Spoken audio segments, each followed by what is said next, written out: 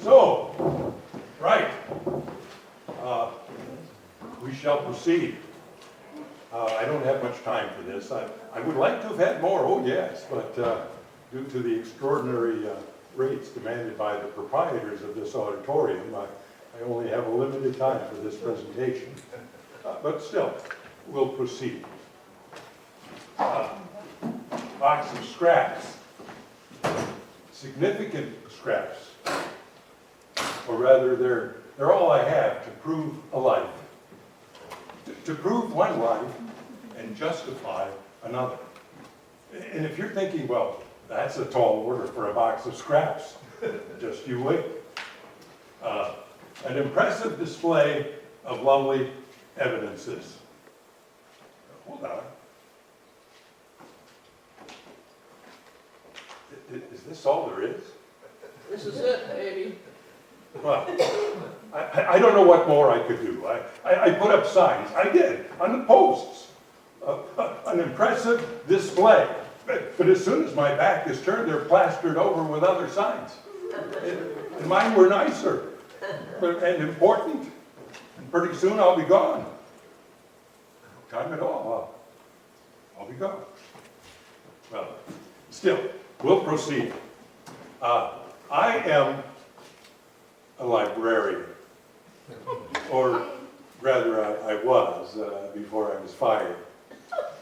Or rather, I retired against my will, without my pension. Or rather, that's none of your business. Or rather, it will be, but not yet. My special duties for more than many years was to check in the books that came in overnight through the overnight slot. In the back of every book you see, there's a little envelope. And in this little envelope, there's a little card. And on this little card is the little date that the book is due. This is my stamper. I wasn't letting them keep this, oh no. It's lovely. It contains every date that there ever was. You don't believe me?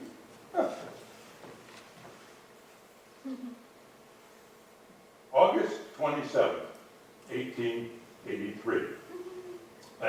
That's the year that Mount Herbowatten explodes in Krakatoa. 36,000 people perish under the ash. It's all in here. All the trials and joys of history.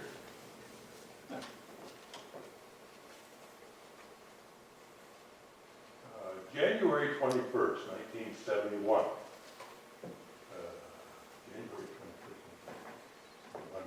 Helen Shattuck is walking her dog in Dayton, Ohio, when a frozen block of urine from a passing Pan Am jet falls, hitting her on the head, killing her instantly.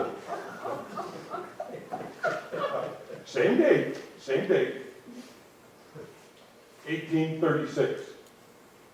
Setoweo, king of the Zulus, is born. Oh yes, this stamper contains the birth of everyone in this room, not just Setoweos. And death, our deaths are in here too, somewhere. My death is in here somewhere. Just don't know where. Well, still, it gives you a little bit of respect for it, doesn't it? The stamper. Well, each and every day, I woke up, took the bus, no wife, no children, I lived alone. Arrived at the bibliothèque, put my labeled lunch in the employee icebox, gave a just but perceptible nod to Brody Van Brummelen, works in reference, a fine fellow I'm sure, except I'm sure that he's not. Always angling for that acquisitions position, which by all rights is mine. I'm next in line. Arrived at my desk, yes, that's next. Quieted the patrons. And advanced the date on my stamper one notch. Now listen, the overnight slot is strictly for those books that are not overdue. But we checked anyway. That was my job, to check. And every now and then you'd find a book that was a day or two overdue, sometimes a week. Once, we got a book, through the slot, mind you, that was 3 months overdue. Well, we got over it. But we weren't amused. And neither was the violator when he saw the fine. Well, one fine morning, one fine, miserable, and typical morning, nothing to give an inkling as to what was to come, I found this book in the pile. So, evidence number one. It's a Baedeker's travel guide, and in deplorable condition. Well, I was about to give the book the stamp with the old stamper, when suddenly my eyes sprang out of my head and rolled around on the floor and under the table. And why? Because I noticed that this book was checked out in 1873 and never returned until it was returned. Do you understand? 1873. That's 123 years overdue. Astounded out of my wits I was. It must be the great-great-grandson returning the book, a blot on the family name, only now being remedied. And through the overnight slot, no less. Appalling. If you have a book that's 123 years overdue, you go to the counter. You admit your lapse. You pay your fine. Well, he wasn't getting away with it. Not a chance. I checked the files.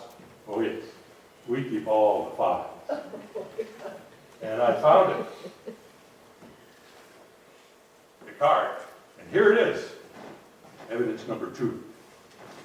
Baedeker's Travel Guide, checked out November 12th, 1873, by capital A, period. That's the name. Capital A, period. That's about as vague as they come. But, never mind. Let's check his address so I can send him the fine of his life. Post Office Box 121, Ding Tao. So, Ding Tao didn't ring any bells, so I got out the old atlas. I've always loved atlases. They allow you to travel all over the world without the expense. Well, it's true. I never left Holland. I rarely left Hoofddorp. I went to Gouda once to see how they made the cheese, but the tour wasn't given that day, so never mind. Yes, here it is. Ding Tao. It's next to Kaifeng. And no, Kaifeng is not near Hoofddorp. No, not near Rotterdam either. It's China. China. Well, how a Chinaman managed to check out a book in a Dutch library without having a residence in the Netherlands, well, that would be the first of many puzzlers in this twisty mystery of a tale. And was he even a Chinaman? I mean, after all, the notes that were scribbled and written in the margins of the Baedekers were written in every language under the sun, including Welsh. Well, it was none of my business. Filled out the standard form, informing our man of the pretty fine awaiting him, and bummed it off to China, and that was that. But was that really that? No, that was in no way that. I couldn't get the miscreant out of my head. I didn't reshelve the book. I flipped through it, took it home with me. I carried it about, and then one day, as I was thumbing through it, I came across this. Evidence number 3, a bookmark. Oh, but not just any bookmark, no, a bookmark by proxy. This is an unredeemed claim ticket for one pair of trousers left in a Chinese laundering establishment. In China? Oh, no! In London! In London! In 1913!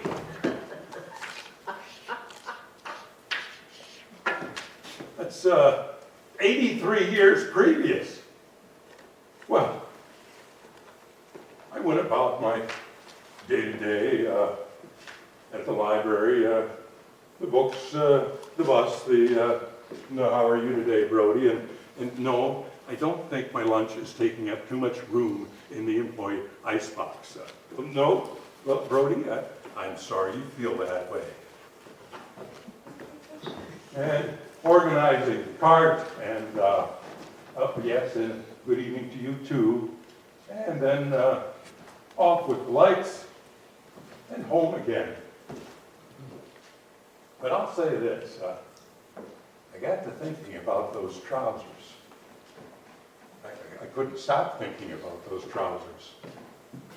I had more than one dream about those trousers. Trousers, trousers, trousers, trousers, until I couldn't take it anymore. Never claimed. Well, I'm sure the shop probably went defunct years ago, but perhaps not. But, well, what was I going to do? Fritter away my vacation days to go to London for some non-existent pants? I think not. No, on the contrary, I applied to go to London on library business.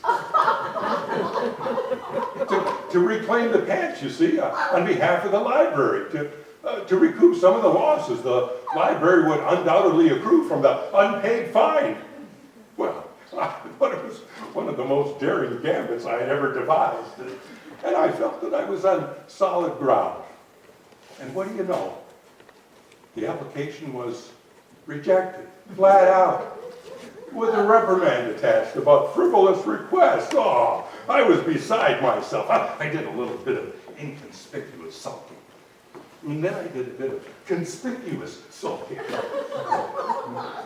Then I felt calm again, but damn it to hell, I couldn't stop thinking about those pants. So I went to London all the same, expending precious vacation days. London, oh, dear God, the chaos, the bustle. Oh, this was a horrible mistake. Why wasn't I home in Hoofddorp, in front of the Goggle box? Cup of tea, nothing ever on, but I didn't care. Tall red buses, sweet shops run by Pakistanis, and not very good sweets at that. Oh, and the bloody tower, and the Roman wall, and to think that all of this used to be just swamps and mastodons. What's this? Oh, something for the French tourist, Les Miserables. Well, now that's interesting. The Miserable.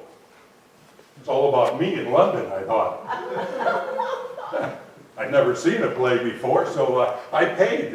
And it's true. After 2 hours, I was more miserable than I'd ever been before. But still, we'll proceed to the Holloway Road and the Chinese laundry.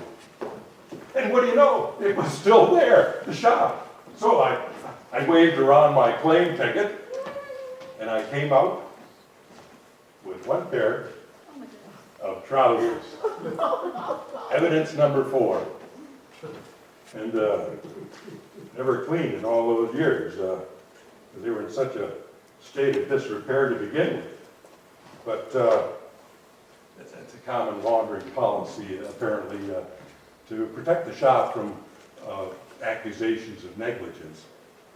But I was all the gladder for it, because it meant that any clues would be left in situ, as they say. And I was rewarded. I checked the pockets, and I found this, a used tram ticket, evidence number 5, from 1912, a tram that ran in Bonn, Germany. I don't know what got into me. Feverish. I took a bus to Bonn, to the municipal transportation headquarters, to look through files for any incident reports for the month of March 1912. I was a regular detective now.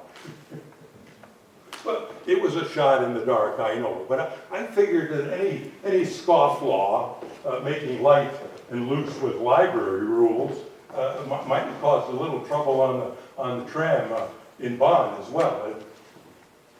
Well, you never know. And ho, ho, ho, looky what I found. A photostat, label it number 6, and reads, in the German, as written by the tram conductor, as follows. Ein Mann mit einem Bart und einem Neue. Sprechen Sie? No? Nein. Yeah, yes, of course. Let's see here. A man with beard and curious hat and smelling truly foul boarded the tram at Potsdamer Platz with a mangy dog. Although there were plenty of seats, he refused to sit and instead paced up and down the aisles with his dog, distracting the other passengers and myself. A dirty Jew, I threw him off at Wittelsbach. Well, surely this wasn't the same man that owned these pants, but there was a chance, slim. But I was hooked, and I hated it. What was I doing in Bonn? There's always something about German food that gives me, well, gives me flatness. Wind. And why that's any concern of yours, I have no idea. Bonn, devastated by the Normans.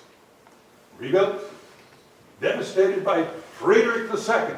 Rebuilt, devastated yet again in World War II. Rebuilt. In a chocolate shop, I knocked over an enormous display of marzipan. And by the end of the day, it was rebuilt. Moved to tears by the humanity of all, the forbearance, the persistence, or I would have been if Mr. A. Period hadn't been doing the backstroke across my brain. Who was he? I needed a distraction, so I ducked into the nearest playhouse, showing a play called Les Miserables. It was exactly the same, only worse. And there was no distraction. The tram ticket, the trousers, the travel guide. I had to find out more about this man, but how? Dead end, it seemed. Let's see. Curious hat, smelling foul, threw him off at Wittelsbach. Hold on. What's this? What's this about a dog? It said that he had a dog in Germany in 1912. And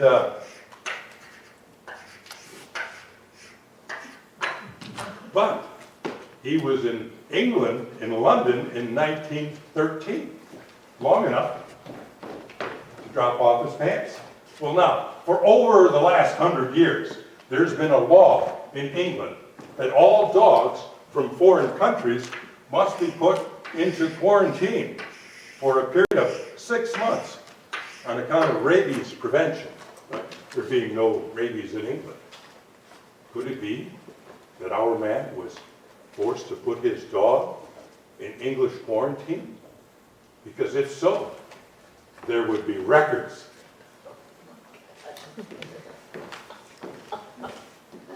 I made a quick call to Hoofddorp to extend my vacation days. Ignored the grumbling on the other end. Worried just a little bit about giving Brody the one up, but I'd attend to that. And like a flash, I was back on British soil, rifling through files for all dogs deposited between the months of March 1912 and November 1913. I found something very curious. Only one dog, stay with me here, one dog alone was put into quarantine during that time span, and after 6 months, he was not reclaimed. And that dog's name was Sabrina.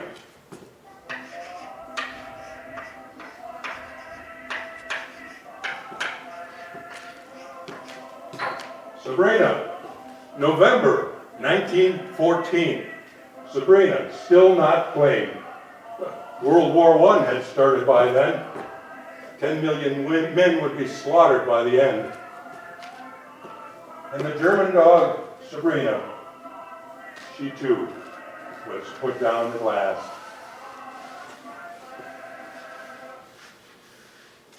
Gassed. And as I stood there in that office, I began to wonder, what was I doing here?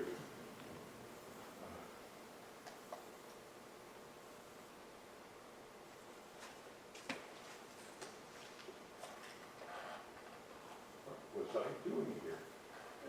And yet, what was that dog doing here? And what was anybody doing in those trenches in World War I?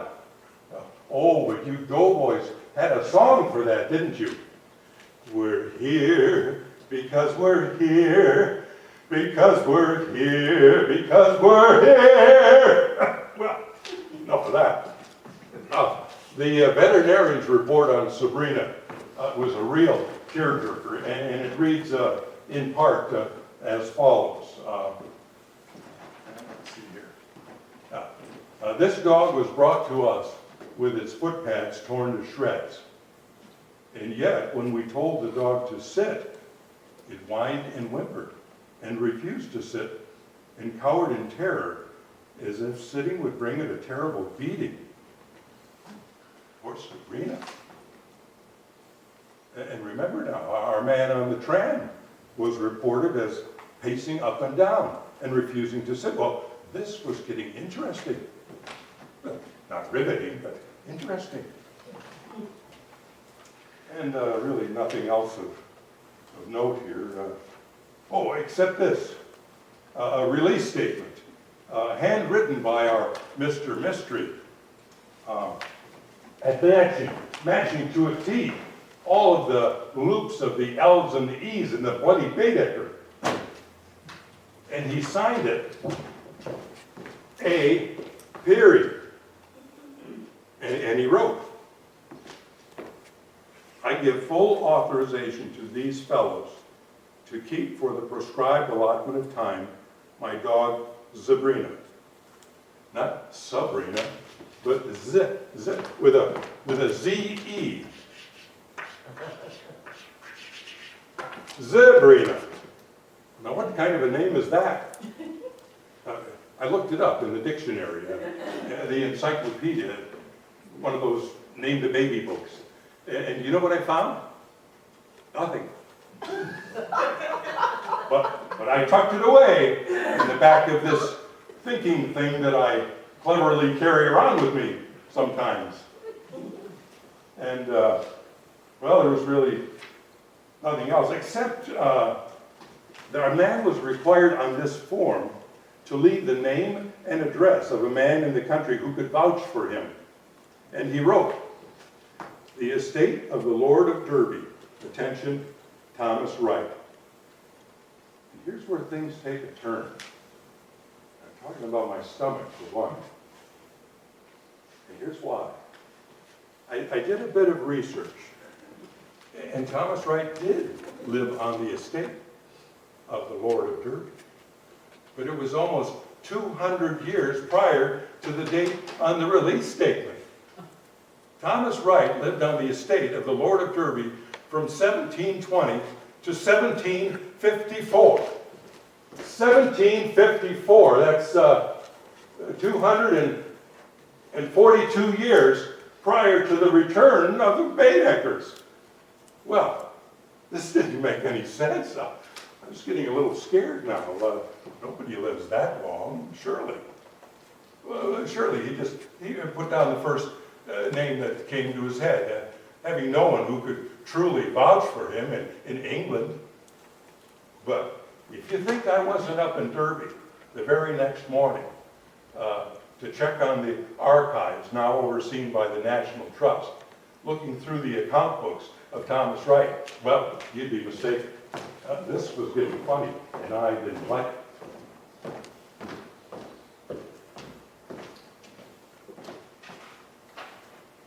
Evidence number 9, a page from Wright's account book. Who's not? Thomas Wright. He kept the accounts for the Lord of Derby, and how many chamber pots ordered and whatnot. And a diligent man he was, and good for us, and here's why. Year 1748, page 112, line 8. Earth stopper hired for week, 4 pence. So what? So this, underneath line 8 and on the back, Wright had scribbled the following.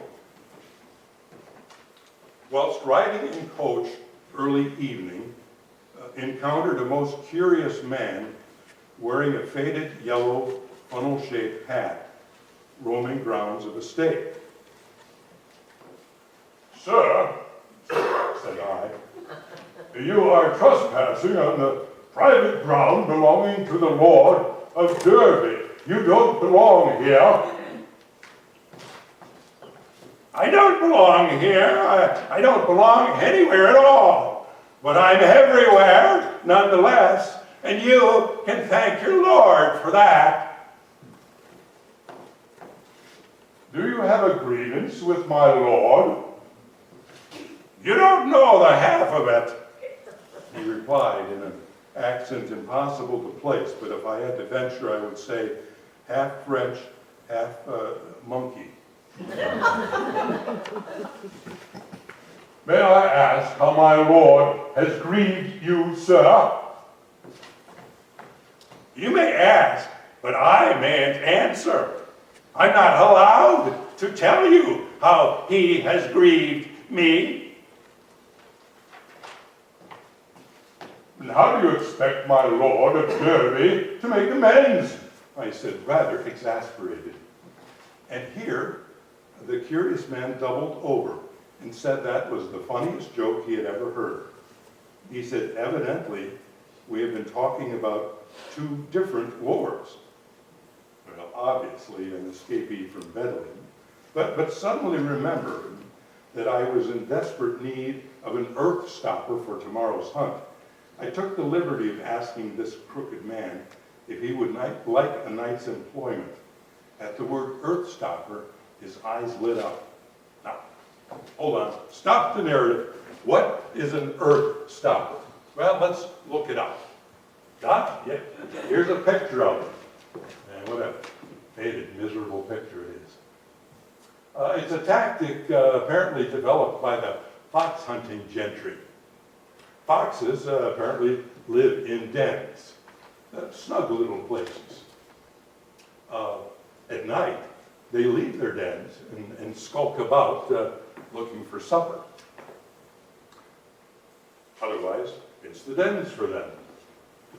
Well, if you own a big estate and you're throwing a big fox hunting party in the morning, well, you don't want the fox in its den, no. On your desk will say, one and all. Well, that was a lousy party. No. So what do? You hire an earth stopper who goes out with spade and lantern the night before. And while the fox is out a roaming, he stops up the fox's den all the way up to the top with earth. Well, when the fox returns, he can't find his home. Oh, what lousy earth stopper's done this, says the fox. Buried my wife and all my lovelies. Oh, now I must roam the hills until morn, till I find a fix for this conundrum. And of course, in the morn, the dogs, the horns, the horses, the slaughter, lovely. Well, back to the narrative.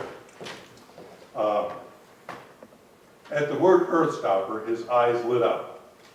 Oh, are you one who appreciates a good hunt? Well, no, I like the idea of the little fox roaming about with no place to return to. It's funny. Well, as he appeared exhausted, I bade him ride in the coach, which he did, but he would not sit. When I insisted he sit, he insisted with equal force he would not. Unable to abide by a man who insists on standing, stooped in front of me in a coach, I bade him walk behind until, and here the little anecdote suddenly and forever stops. The next page is missing, you see. Thomas Wright, you see, grew liquidity in the mind, and the little children would steal in and steal his official papers for kites. And so the life of Thomas Wright got tangled up in trees and down drain pipes. And whose doesn't? But we have this. We have a man who wouldn't sit in a coach. We have a man who wouldn't sit on a tram. We have a man's dog who wouldn't sit in a kettle. We have a man who has a grievance against some lord. And we have a man with a funny hat. Well, I'm no mathematician, but even I could see that this was beginning to add up. Well, not that I was bad in math, mind you. Next to Rosa Vanderwerf, I was top of my class for a year. That's where I met her, actually, Rosa, in math. She had a wonderful mind for those things, variables. We used to do our homework together after school. That's how it all started, actually. Oh, fine old times, giggling of all things. I wasn't even supposed to be in her class, but I was transferred over, heaven knows why. But there's a thought. Well, enough of that. We shall proceed. This is a page from a 14th century German manuscript, and it depicts a man with a yellow funnel-shaped hat. This man is of the Hebraic faith. How do I know? Because all men of the Hebraic faith were forced to wear a funny little hat, just like this one. In the 14th century, that is. Well, all this weighed heavily on my mind as I continued the day to day in Hoofddorp at the library. I stamped, yes. I filed, oh yes. I fined. But inside, the brain was churning like the wheels in a cheese factory when it isn't closed. I had clues, I had evidences, but what did it all mean? The patrons were noisy, I didn't care. The overdue books piled up, I didn't care. Somebody stole my lunch from the employee icebox. I cared, but not as much as I would have. And then, one day, it happened. I was managing the information desk, and I got an urgent phone call. Ring, ring. It was a library patron inquiring about the amount of direct sunlight to allow a zebra plant. Well, I put the woman on hold and got out the handy houseplant reference guide I turned to the index to look up zebra plant, and what do you think I saw just below it? Zebrina, with a Z-E, as in the dog.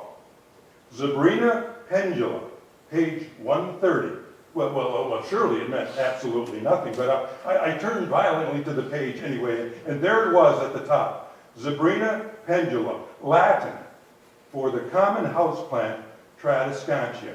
And then a shiver, or in parentheses, also known as the Wandering Jew.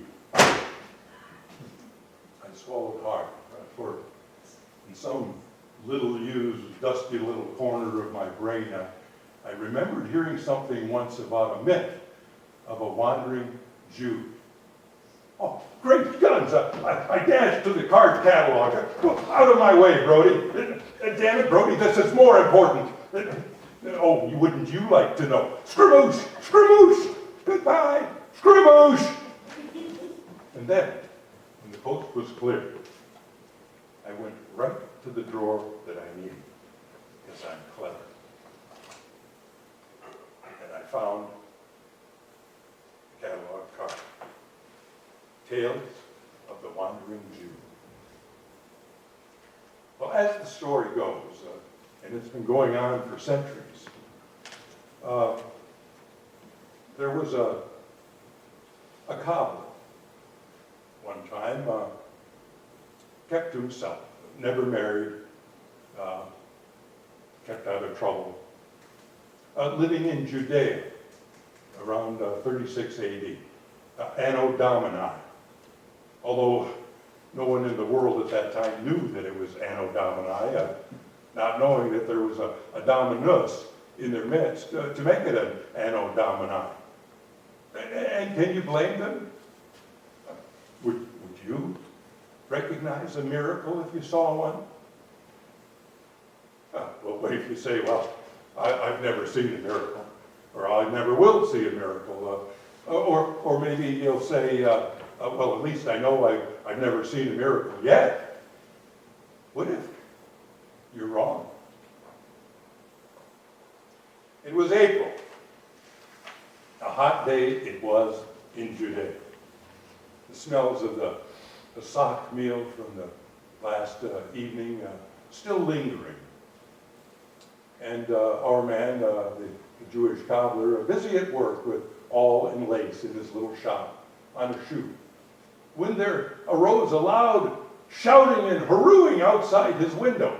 Well, he went to his front steps, and there on the street was a procession of soldiers and convicted men carrying their crosses on the way to Golgotha, no doubt. Well, the cobbler had seen this all before, and he had little to say about it. Like I say, he minded his own affairs. When suddenly, one of the frailest and sorriest looking of the convicted lot collapsed right there, right on his steps, right by the door of the cobbler. The name of this collapsed man was Yeshua, and he was a mess. Oh dear, thought the cobbler, what do I do? Underneath the lintel he stood. Underneath the lintel, the top of the door frame. Yes? He stood under it. Underneath the lintel he stood. Not lentil, lintel. Underneath the lintel he stood. You have to understand this or all is lost.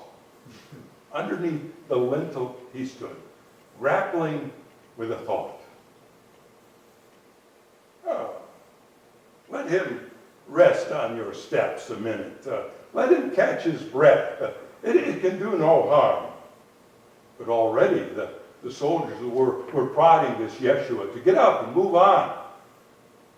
And they said to the cobbler, cease with this aiding and abetting, or you'll have to answer for yourself with the cross of your own. Well, the cobbler was shot through and through with fear. For he had a great fear of the law, you see, even greater fear of death. And his hand was forced besides. So he thought, I don't know this Yeshua. He might be a thief, a murderer even. Although he doesn't look like a murderer, but a troublemaker, no doubt. And this was trouble that the cobbler could do without.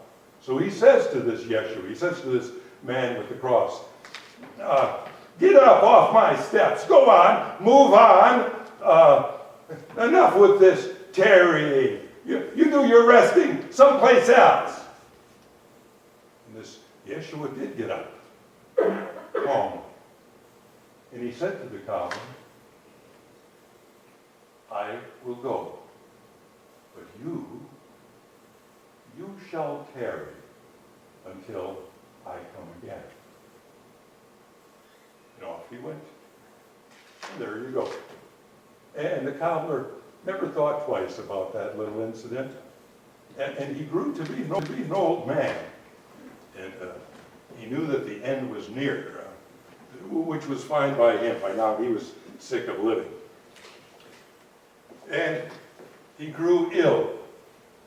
And he made out his will. And then he got well. He lived a few more years. Then he got ill again. He called everyone to his bedside. And then finally, he got well again. Well, he started to notice an even curiouser phenomenon. He noticed that upon attaining the age of 80, instead of appearing older, he started looking, well, younger. And he suddenly got the urge to go for a walk. So he left his home, and he was never seen by his family again. Well, now I suddenly had the urge to go for a walk. Aren't intermissions useful? In about 10 minutes, if you're still here, we'll proceed.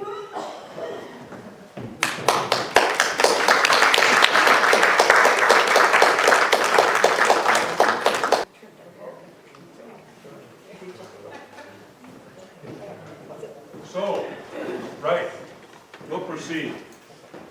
We were talking about the myth of the wandering Jew, the cobbler from Judea, who, upon reaching the age of 80, strangely started looking younger. He left his house to go for a walk, and he was never seen by his family again. For 50 years, he lived in this vagabond state, incognito, growing younger all the while. And then he started growing older again, in 50 years of that. And then younger again, and that went on for 50 years, and so on, older, younger. And by this time, there was more than a little groundswell claiming that this man, Yeshua, the man with the cross, was more than he seemed to be indeed. Indeed, that he was the Son of God, of all things. And that he would come again at the end of days as the long-awaited Messiah. Well, upon hearing these rumors, the Jewish cobbler started putting two and two together. Now, what was it that Yeshua had said to him? I will go, but you shall tarry until I come again. Holy Scamander, it all makes sense now. He was going to be stuck on this lousy old earth until the second coming. Well, so, there was a God after all. That's good. But God had it in for him specifically. Not good. Bad. Really awful. For over time, this Jew discovered there were two stipulations to this unique curse of his that made it more than unbearable. Number one, he could never rest. Physically impossible. That means never sleep, never lie down, never sit down, never kneel. Could he lean? Well, a little, but just a little. So that's stipulation number one, and not very nice. I mean, sitting down when you're exhausted, it's such a wonderful thing. It's not asking too much, a little rest. But if you're not allowed to sit, well, it becomes more than exhausting. And you just want to stop, but if you can't stop, then you just want to crawl on your knees. But if you're not allowed to crawl, then you just want to die. If you're not allowed to die, oh, it's grisly. So, but stipulation number two was even worse in a way. And it's this. This Jew could never identify himself. He could never confirm his own existence to his fellow man. He could remain nothing more than a myth, whether he was a myth or not. Well, let's get one thing absolutely clear. The Wandering Jew is a myth. Well, not the houseplant kind, you know that. This is a picture of the houseplant. And as you can see, the tendrils are, shall we say, wandering from the pot. And so it became known as the Wandering Jew. This is a picture of it, and it's mine. A documented photograph of the Wandering Jew, Zabrina pendula houseplant. I do not have a documented photograph of the Wandering Jew, because after all, everyone knows it's just a myth. A myth, as in a God is a myth, or that old myth that life has any meaning or significance. A myth. And yet I was becoming more and more convinced that even though the Wandering Jew is a myth, I was in possession of that myth's pants. The woman on hold, waiting to hear about her zebra content, regrettably was completely forgotten. That is until the next morning when she filed a complaint with my supervisor. I, who had never received a complaint in my life. No, it made dear Brody's month. He even gave me a piece of chocolate for consolation. I didn't need his chocolate. Well, I ate it, but I didn't need it. So yeah, it was becoming clear that this overdue book was beginning to interfere with my work. But I couldn't stop thinking about it. Because what if he did exist? I mean, a man living immortally, incognito, somewhere on this earth. Well, that is odd enough. But if he existed, it meant something even odder existed. God.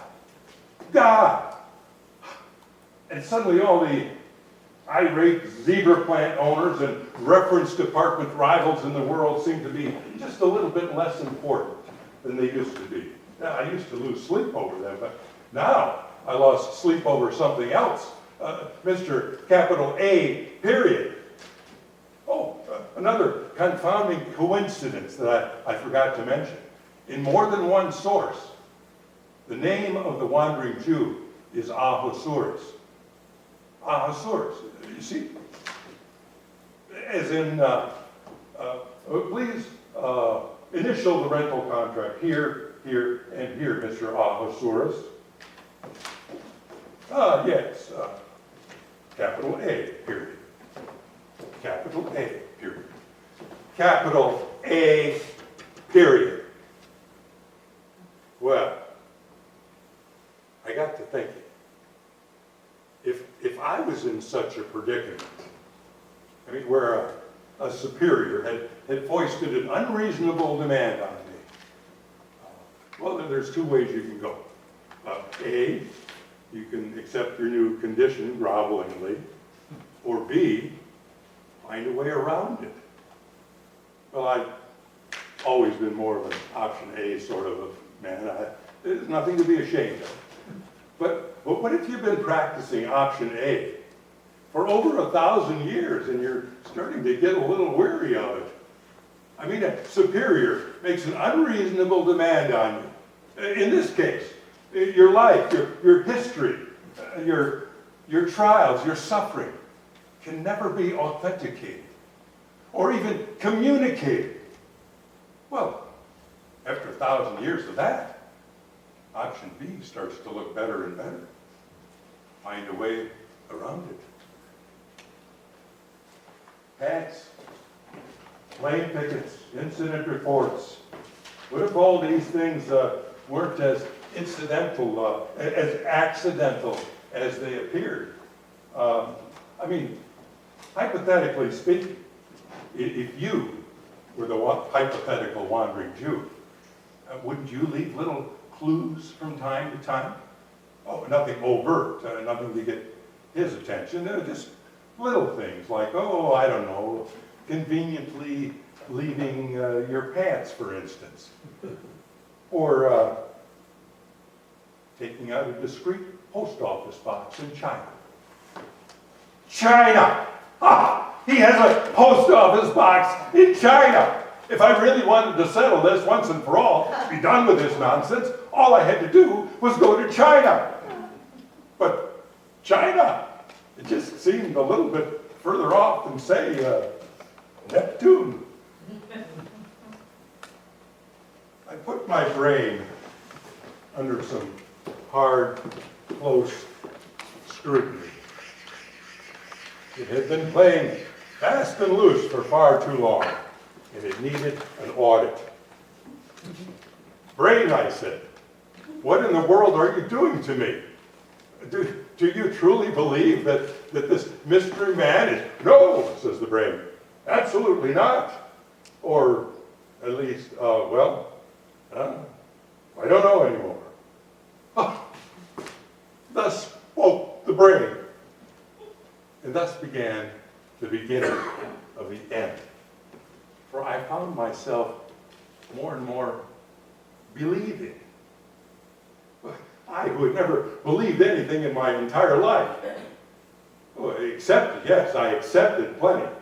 But the act of accepting and the act of believing are two very different things. No, what was happening to me now was something very different indeed. A book falls in my lap one morning. Is it just an overdue book?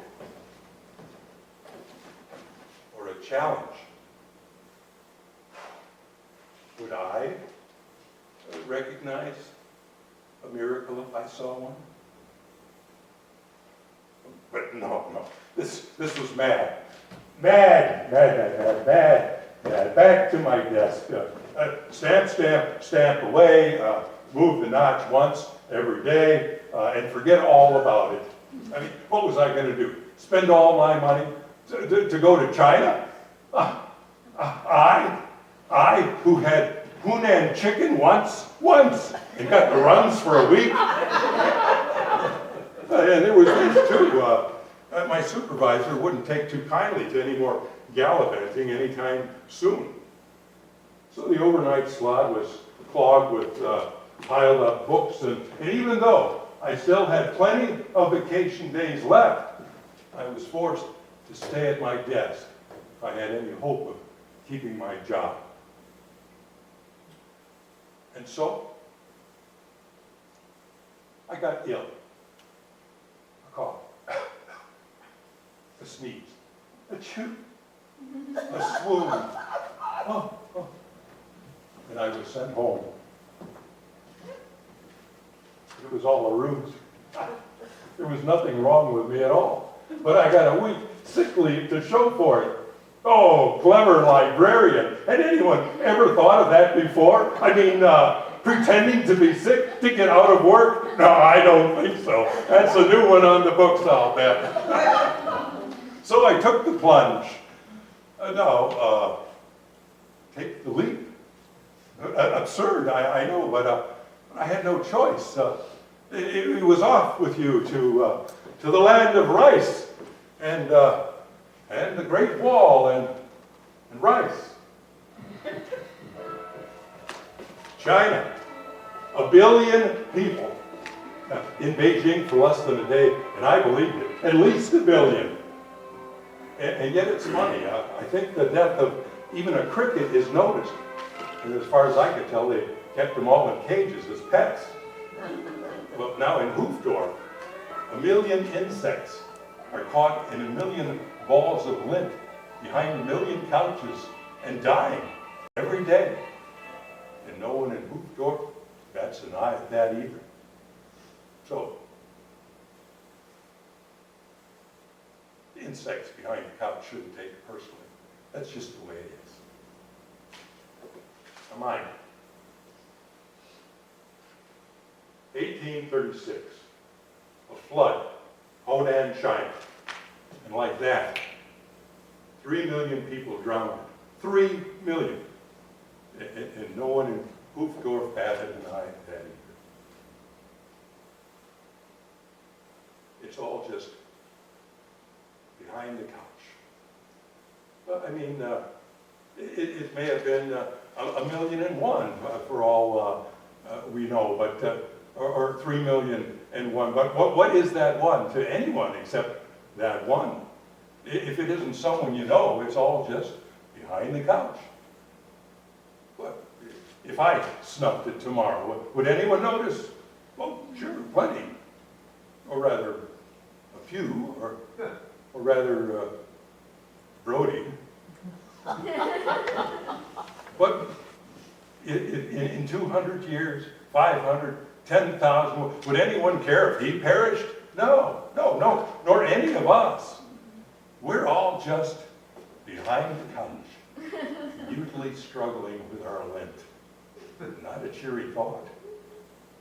Now, standing in Jaiping Road in Beijing, among a billion other souls, can do things like that to the mind. So I needed a distraction. I thought I would go to a playhouse and see a certain play called Les Miserables. Well, I liked it, I admit it. But I was mistakenly given tickets to the Peking Opera instead. So I went, and I liked that too. I didn't know what was happening to me. I had heard that travel broadens the mind, but at this rate, I was going to need a sombrero soon. Well, off we go to Ding Tao, where I greased a palm. A very easy thing to do in Ding Tao, as if our man of mystery had foreseen it all.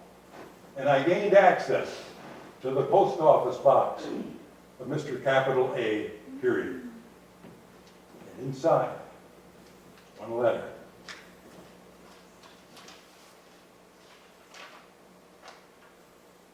From me, notifying him of this pretty fine. Oh, and one letter.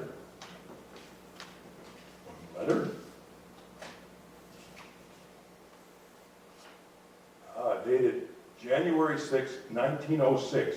And here it is, evidence number 12. And it's written to our man by one Esther Gelfer in Yiddish. And of all things, a love letter. An excerpt of which reads as follows.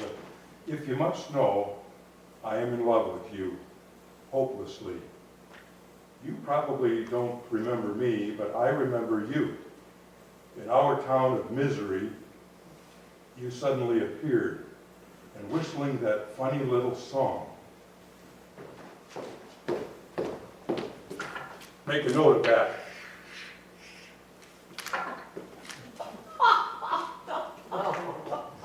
I've never seen you in Subado before that day, 2 years ago.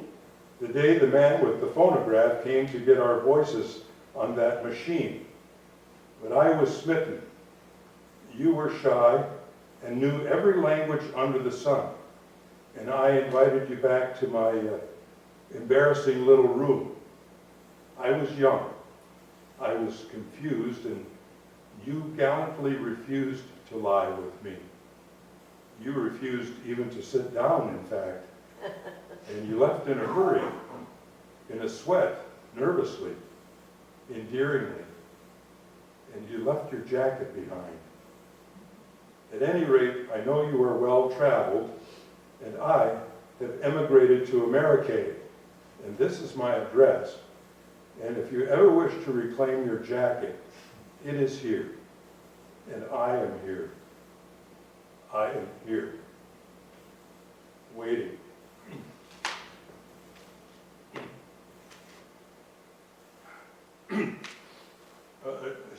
She must have left Zablodow after the revolution of 1905. Radical Jews in Russia and Congress Poland joining forces with anti-Tsars, demanding democratic elections, and Tsarist authorities instigating pogroms to divert the masses, to heads chopped off, to divert the masses from their heads, I suppose. Well, there was no stopping now, no time for fried rice. It was a slow boat to America to me, to seek Esther Galfer out. Well, I arrived in New York. It was a slog and a half, but I did it. I did it. And heart pounding, I looked up addresses, made call after call. And you know what I found out after all that? That after living in America for 1 year and 1 month, Esther had moved to Australia. Shoot me through the eyes. Well, feeling a little depressed, I thought I would go see a play that night to cheer me up, a certain French musical. But I took in a concert instead, outside. And it was free, so what the heck? And after the concert, I went swing dancing, of all things. There's a revival, apparently.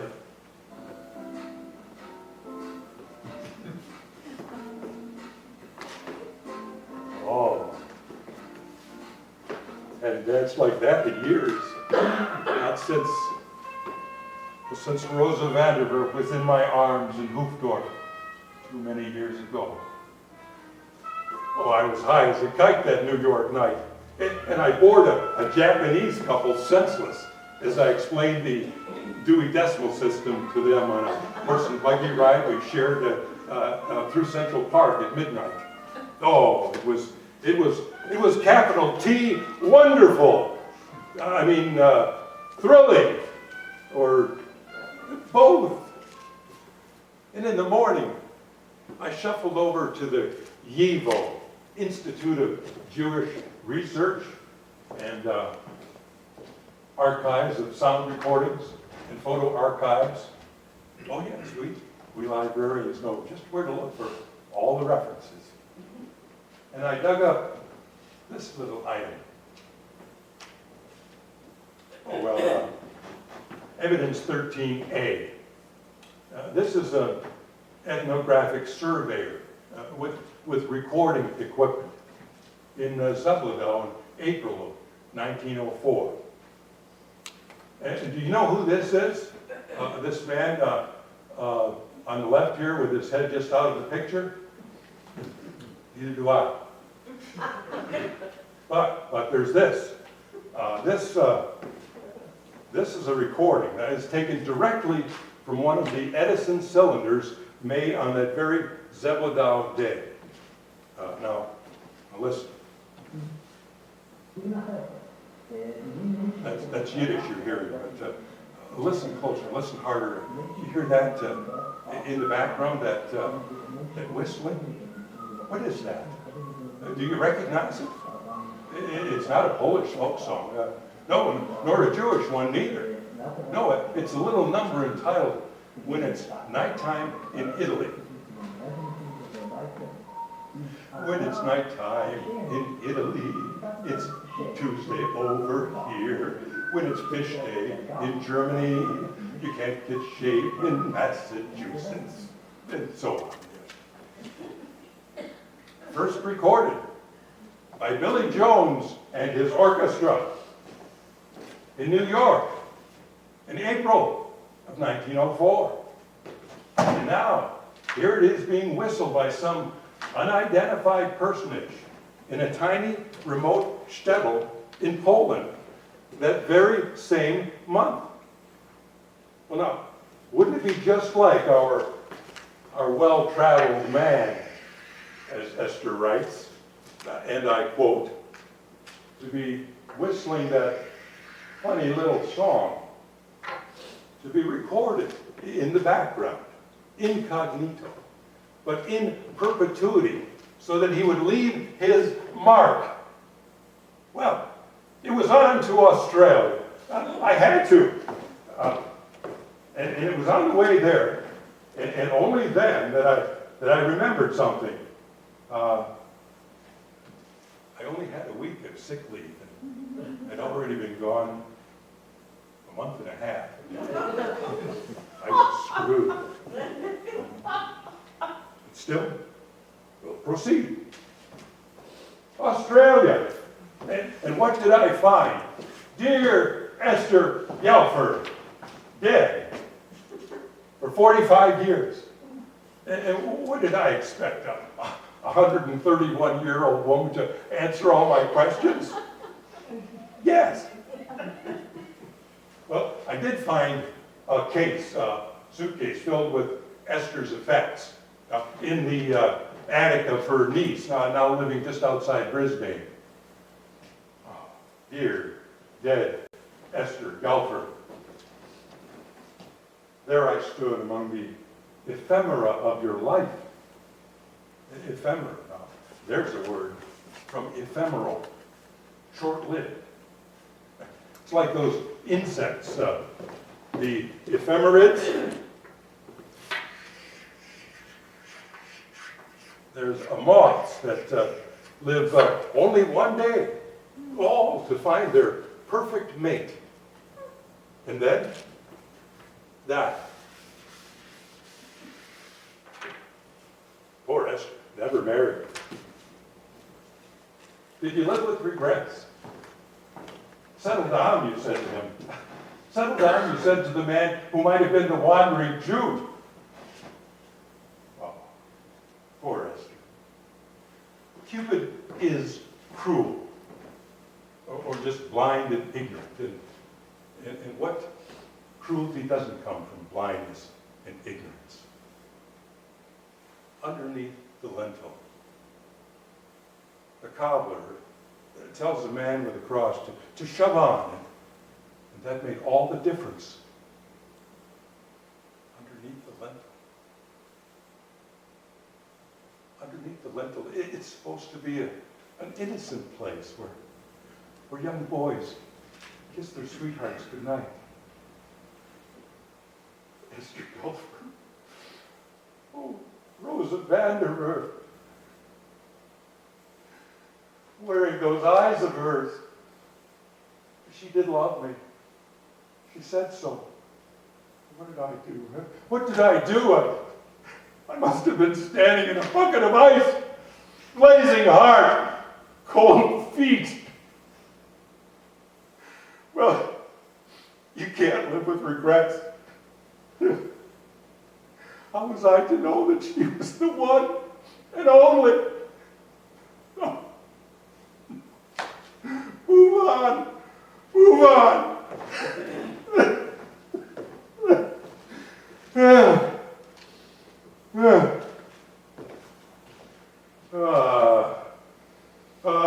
A magician tells you to choose any card in the deck. And so with free will, you do choose. But what you don't realize is that the magician has already forced you to pick the exact card that he wanted you to pick. The magicians call this a Hobson's choice. Well, in life, we think we make choices, but they're Hobson's choices. So who is this Hobson anyway? Who is this magician gulling us? That's the question. Is it simply something called a chance or fate or something else? In the hope chest of Esther Gelfer, a raggedy old jacket. And on this jacket, a faded yellow star, like the kind that the Jews were forced to wear in Augsburg, in the 15th century, that is. And in the pocket, a coin. An old coin. A Roman coin from the time of Tiberius, issued 37 AD. Evidence number 16, with underlined, with circles and exclamation points and arrows pointing to it. That night, just outside of Brisbane, I stared up at the stars till the old orbs watered. How very high they are, unreachable. Yes, that's the word. And then a line from Job, out of the blue, blazed across the brain like a comet.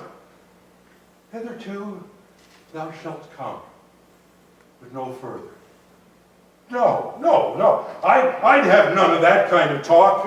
I was in for it now. I had to move on. Hobson's knows that I did not have a choice. No, it was a worldwide tour to track down this rapscallion with the Baedekers as my guide and clue-filled companion for Cursidol. If it's really him, then he's out there. He lives. He lives. Now let's see. He knows German. He knows Italian. So I went back to Germany and back to Italy and then all over the world, where I found graffiti written in every language, including Welsh, and saying especially this: I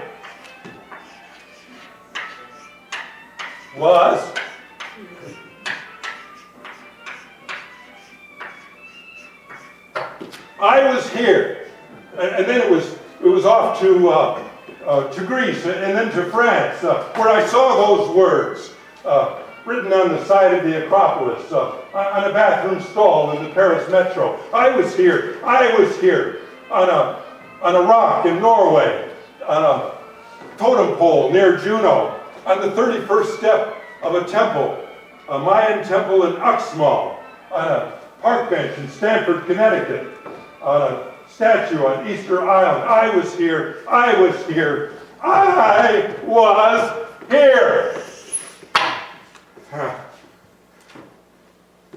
So, you might say, well, yes, but look, those words could have been written by anyone.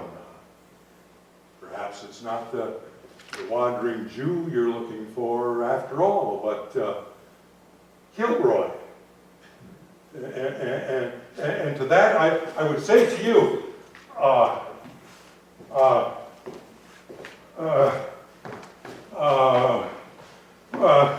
screw you!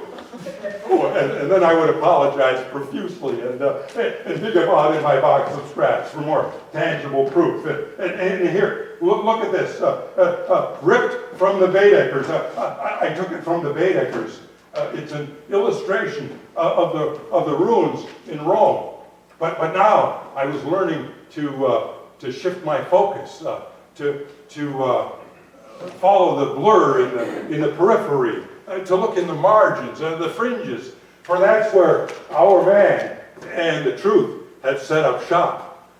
So I peered very closely at the illustration of the ruins, and there up in the corner was a drawing of some moths for flavor. But look at the wings. Look at the wings. There's writing on them. They must have come from the page opposite, you know, from so many years of the pages being pressed together. Yes, you see? Yes, yes, yes. But no, the words didn't correspond. So that could only mean that at one point a paper had been inserted between the pages. And I found it. I tracked it down. Look at this. Theatrical program, evidence number 77. This is from the year 1777 in Holland, from a performance entitled The Wandering Minstrel. This said Jew. This said Jew. I swear. It said Jew. The Wandering Jew. I saw it. Wandering Minstrel. Minstrel. There's a smoked herring.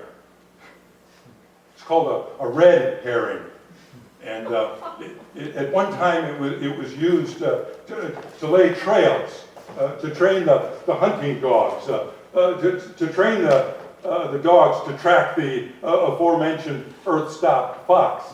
Well, for advanced training, the red herring was used to divert the dogs from the trail. All very confusing for the dogs, yes, but there's a solace in this, because it means that every herring, even a false herring, every false herring has its purpose. No, there's no such thing as an accidental herring.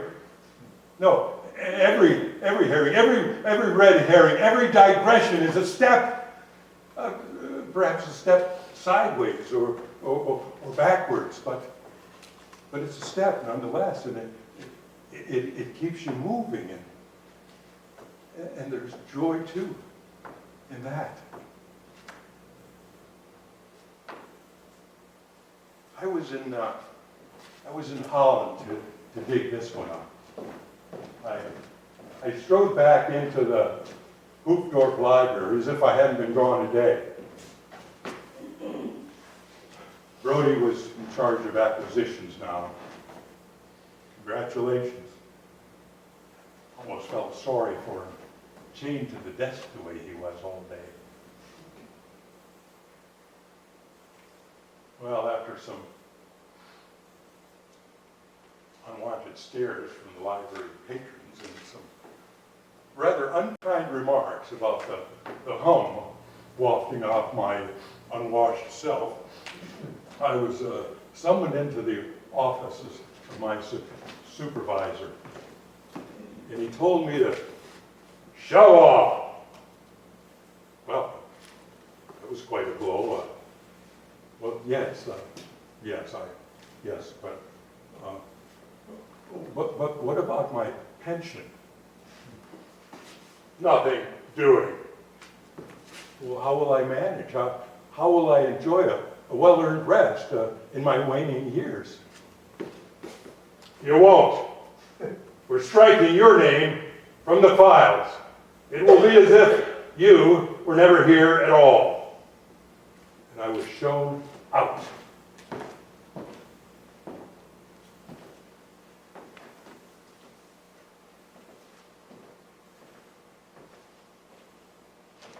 There I stood on the steps, eating my chocolate from Brody, staring in a daze from the other side of the door at my former haunt, my second home. Underneath the lintel I stood, grappling with the thought. Yes? Should I? No? Yes. And I marched right back in. I strode straight up to my desk, and I stole my stamper.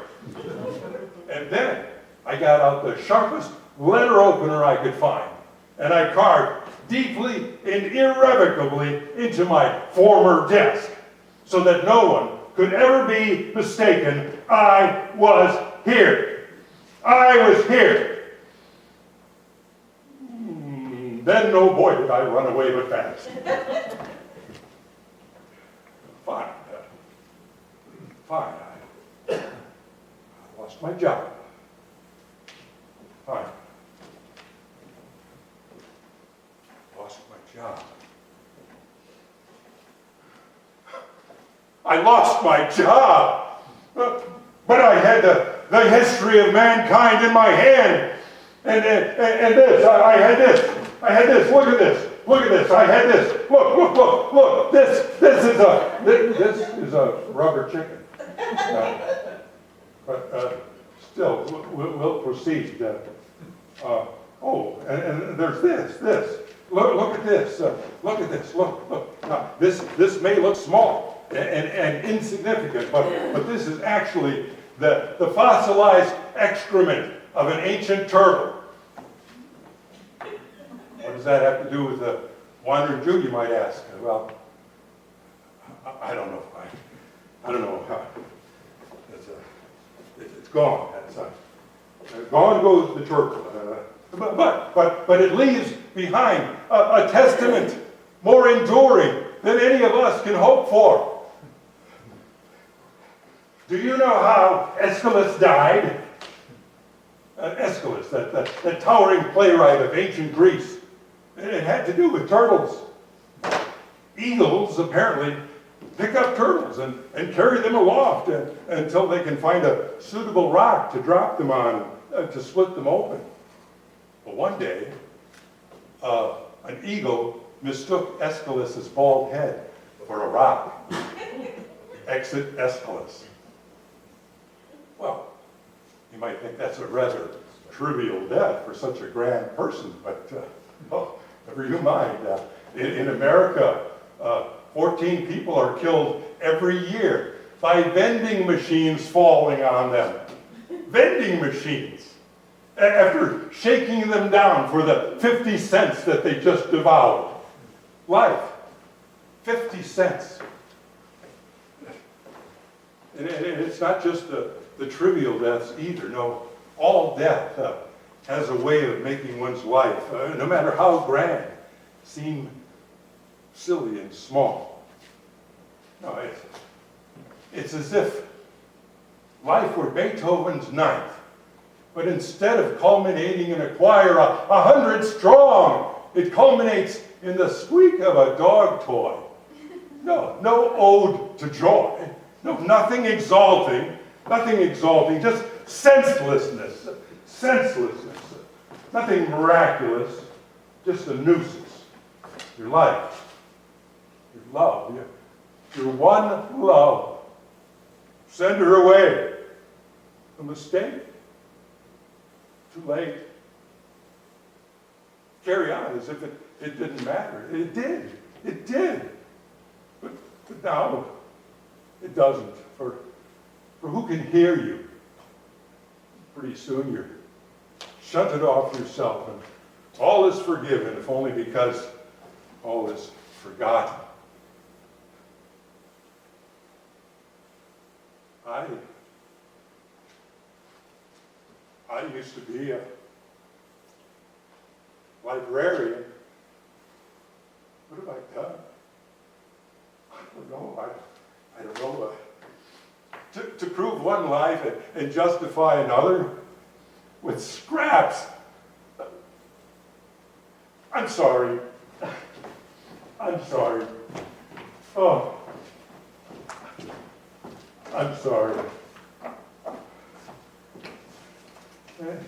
And yet, to say, or yell out, or carve in a wall, if at least just once. I was here.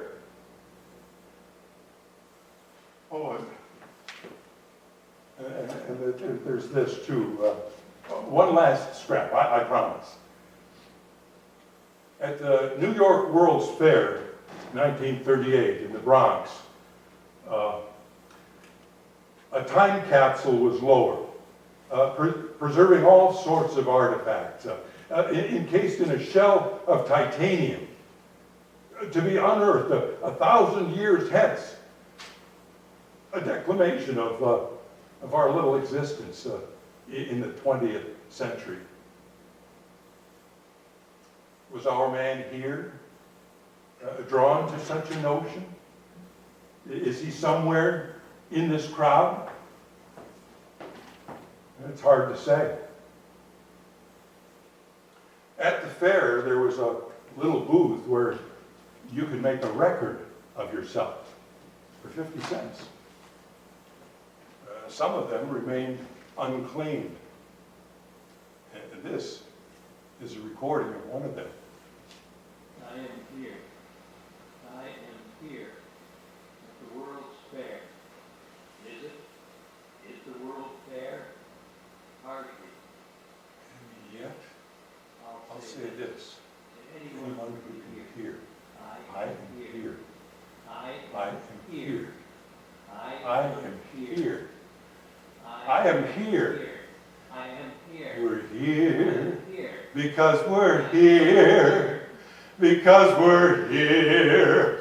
Because we're here. You don't have to believe me. Say I made it all up. You made it all up. I don't care anymore. I'm tired. Yes, I'm tired, but I'm not stopping my pursuit, neither, no. And why? Because I don't think Mr. A. period has stopped either. No, nor not given in, nor never will. And if someday he above tells our man that at last he may lie down, he will sit. Sit, then. He'll stand. Stand, then. He'll walk. Walk, then. He'll dance. On principle. No repentance. No, for in the greatest act of defiance known to humankind, our man will find a way. Mark my words, this I know. To take this hash of a creation, to take this muck and holy mess of a life and winnow out and revel in every bit of beauty and worth that's in it, so long as he's in it. So there. And so, we shall proceed. Although the trail trails off. The last reliable sighting of him was over 75 years ago. A testament of a fellow doing a sort of a buck dance outside the fences at Buchenwald.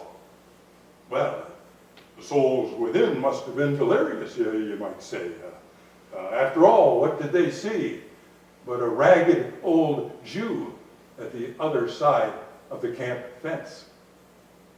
But remember, our man travels incognito. He can be everywhere that you look, but you won't see him. If in Mexico, in a sombrero he'll be. A kimono in Kyoto. Thongs in New Guinea. Wooden clogs in Zander am See. And I will be following just behind him. And after all these years, both of us beginning to learn to dance.